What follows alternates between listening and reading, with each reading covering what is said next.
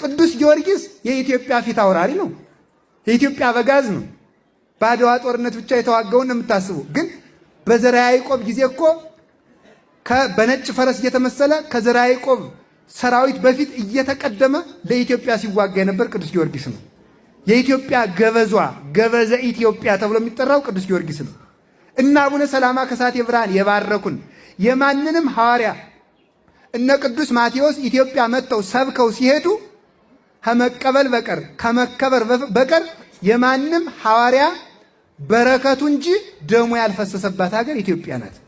ለዚች ሀገር ደግሞ ኢትዮጵያ ተክለ ሃይማኖትን የመሰለ መልአክ ከሰማይ ሄደው ከሱራፌል ጋር ባልንጀራ ሆነው የሚያጥኑ በጸሎታቸው አጋንንትን የሚያሰድዱ ከመምህራን ጋር የሚተረጉሙ ደግሞ ደግና ሩህሩህ እንኳን ለሰው ለዝንጀሮ የሚራሩ አባት ናቸው ተክለ ሃይማኖት።